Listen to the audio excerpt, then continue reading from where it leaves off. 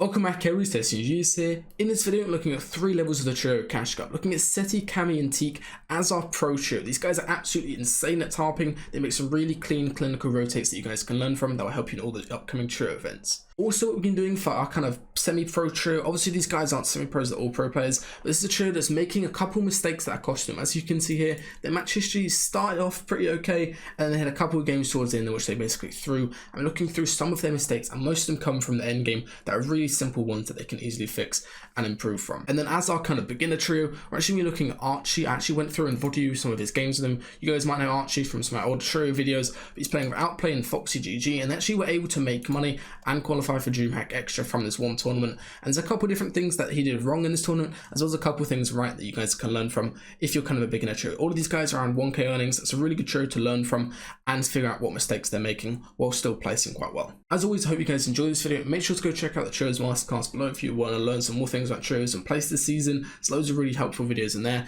and make sure to leave a like if you enjoyed as well. What would you do now? So would you, because we rotated in and just was like, I know like centre second, because we didn't have any pads. Yeah, that was free, especially when you got no movement. That's free. Okay. I was watching setting out. They would always go. They'd stay edge in that kind of situation. Like it can be worth staying edge because there's a chance you get fourth. And either way, like if you have this hill claimed and you have the space in front of it claimed, nobody's going to rotate right in front of the hill and stop. You know, they're going to go around it. Like all the space here is still free. You know. Yeah. So and we would have had our car as well. It would have actually put us on height, like if we stayed there, I think. But yeah. Like it's not that's what Chapix does a lot, is they always stay edge, like right here, like you just ramp in on edge. Nobody's near you, you've got this whole hill claim, nobody's on this edge of the hill. Right. Where's the nearest team? The whole way down there, you know? Another team is the whole way over here. You've got all this space, and if you were to play height properly, you'd ramp it from, what would you need to be, like here? Let you ramp it from there and metal. Wouldn't be that expensive. I mean, going centre's decent play and it's free, but the thing is a centre now, like this is just, isn't it, you know? You're low going fourth in a 2x2 and don't really get visibility and can't really cycle pad that way easily. You shouldn't stay edge if you're like in a shit spot though, you know? Like if you're in that spot like low ground, you don't have any visibility, then you go centre. Okay. But that hill was a nice hill. That hill's a juicy hill, yeah. Okay, so the first mistake that I see Karma, Lecce and Kylie making is they basically always put themselves in a bad spot on 4 zone, and this means that whenever it comes to 50-50, they have a really hard time rotating.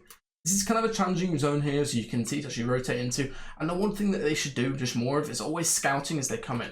As you can see here, right here is actually in the end of zone, so they could easily just tarp from this high layer and then come in and make sure they're above this team. So actually what a team actually ended up doing in a second here. Instead they go low gun, they waste loads of mats, they put themselves in a little bit of scuff spot, and then when these teams are rotating later on, as you can see, this team just tarps in, and then this other team's going to go ahead and tarp in on this left side on the wall. And this means that these guys are just on a high layer, which means that later on they've got an easiest way to scout 50-50 rotate, and also just to make sure that they don't have to use their pad the majority of the time.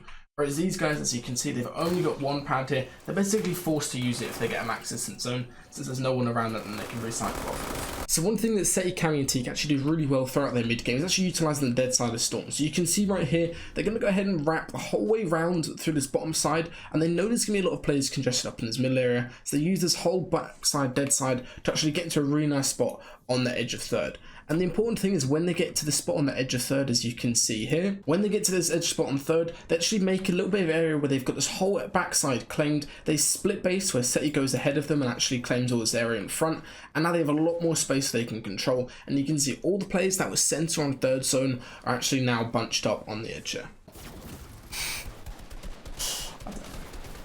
Up in there was Foxy. Yeah, look, right. So I'm saying, boys, we don't need anything. And he was like, I can edit someone down. They're literally running on the thing. And I was like, nope, don't edit him down. We don't need anything. And he basically just pulls kids straight into our box. Yeah. It would be a good play if you were all there, probably. Yeah. I was next to him, mate. I hit the kid 160 or 166 or something, and Foxy missed all his shots. But either way, it's 1 point a kill. Do you know what I mean? Look, and now Foxy's dead. Don't get either of the loot. Yeah. It's just greedy, innit? Like, if you're capped and stacked, you just don't go for it. And 3 pads in a mountain zone, mate. We can pad you know what I mean? We can pad everywhere, and people will die if it goes back up a hill. Like, that's what I'm telling them. That like, if it goes back up the hill, like, we will survive because we've got 3 pads. But now we're playing it as a duo, and we come 8th here. You like these are the kind of games that like I don't know, like if you go from top 8 to top 2, you get like 4 plus 2 plus 2 plus 3. Yeah, you get like 10 points. This is one mistake that I see a lot of shows making. It's just fighting for no reason and basically just throwing their really good endgame setup away by trying to go for kills. As you can see here, they've got about 3 big shields between them. They're basically vibing. They've got medkits, minis, and movement as well for first moving. And they should have spent this time making sure they're planning and figuring out their rotate. And instead, all 3 of them are fighting and spraying and trying to WQ this team next to them on literally 0 damage. Our team is full 200 HP and they're committing and trying to go for plays for a refresh, and they really don't need it. You can see their mats are still really good. And by trying to commit to this fight, basically doesn't get them anything.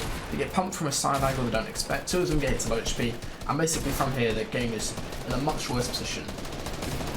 Obviously going for big risky plays can be worth it if they pay off, but the majority of the time fighting a 200 HP team isn't going to be worth it, and it basically just puts you in a worse spot going into the endgame. As you can see, they wasted a lot of mats and they burned through the majority of their heals just on that one play. They've gone through all their bigs and their mid hits as well and just scuffed themselves going into the endgame. Also, another really nice thing that these guys do is one of them actually sits in the bush for a long period of time, and as soon as 50-50 zone pulls like this, he instantly rotates, which is SETI here, and he gets up on this hill and gets himself into the center of 50-50.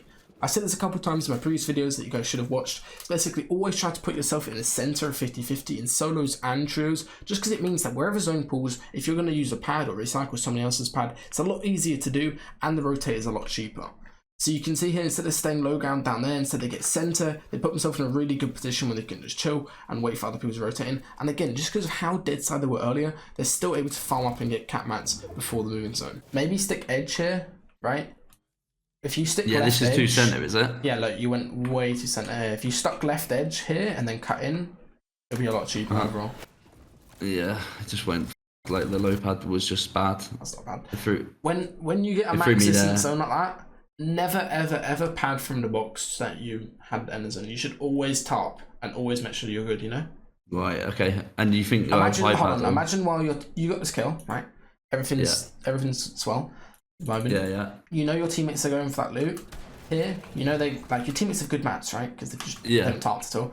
Imagine while they're doing this, instead of you looking around and just looking around here, you get ready for the next moving zone.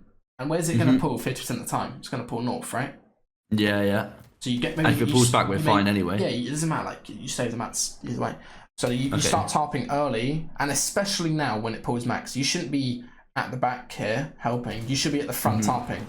And it's really disorganized because they also should have automatically dropped you mats. Like they should have, at the end of that moving zone, before you even got that kill, they should have split you mats to make sure you're okay. So with yeah. And then right here, this is just, you haven't scouted it. But if you went forward a little bit, you tarp forward a little bit, but beautiful. It's completely clear. Like literally 2 boxes. Yeah.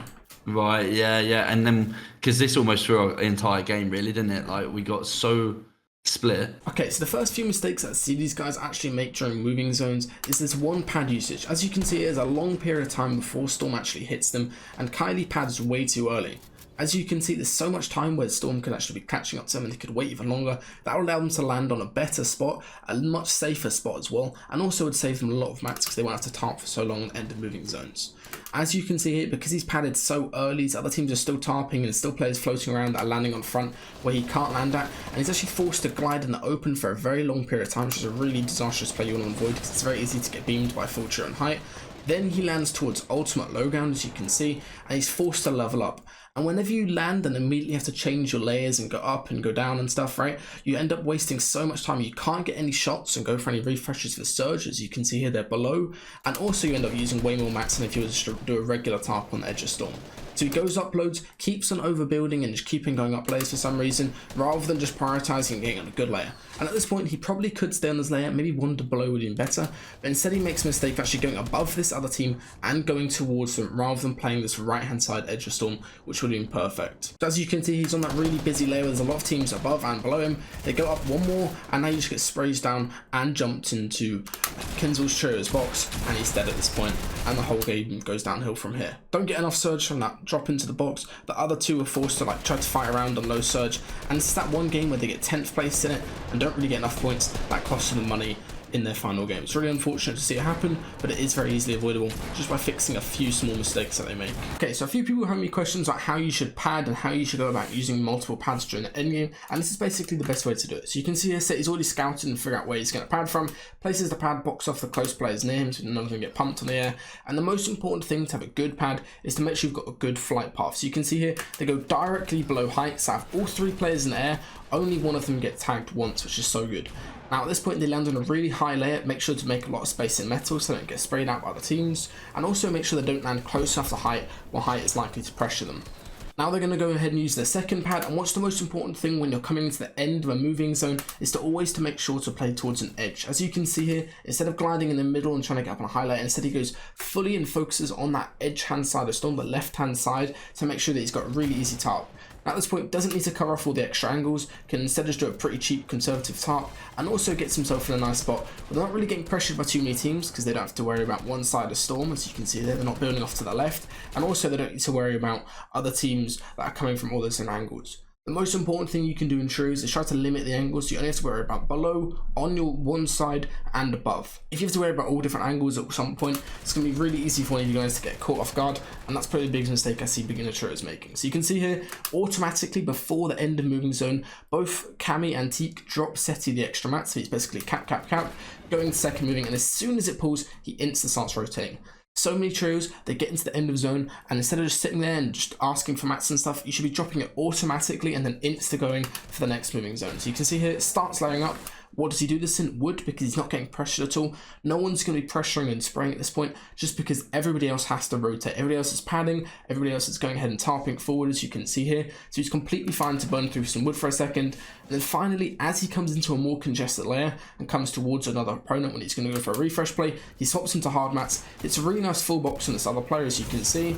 Teammates are able to get a kill, and he most importantly stays alive and makes sure his teammates are okay after getting that kill. Now, one thing I've talked about before, especially in the Trios Masterclass, is making sure you've got somebody on your team who's comfortable enough to take over top while one of your players needs to heal. So as you can see here, Cammy's going to go ahead and take over the top for Seti. So he's going to insta top forward, cover off all of these different angles, make sure everything is overbuilt. When he goes up a layer as well, as you can see, he's doubling off all of these walls to the side, gets them into a really nice forward position, and then they go for the heal off. They do not want to be healing on the backside of Storm. That's pretty much disastrous things you can do, since the basic results are you getting cut off. It's another really nice thing that I saw Seti do is actually go the whole way and build a load of extra mats in the end zone. As you can see here, he builds a 2x2 box in the end of moving zones just to claim all this space while his teammates are going for kills on the backside of Storm.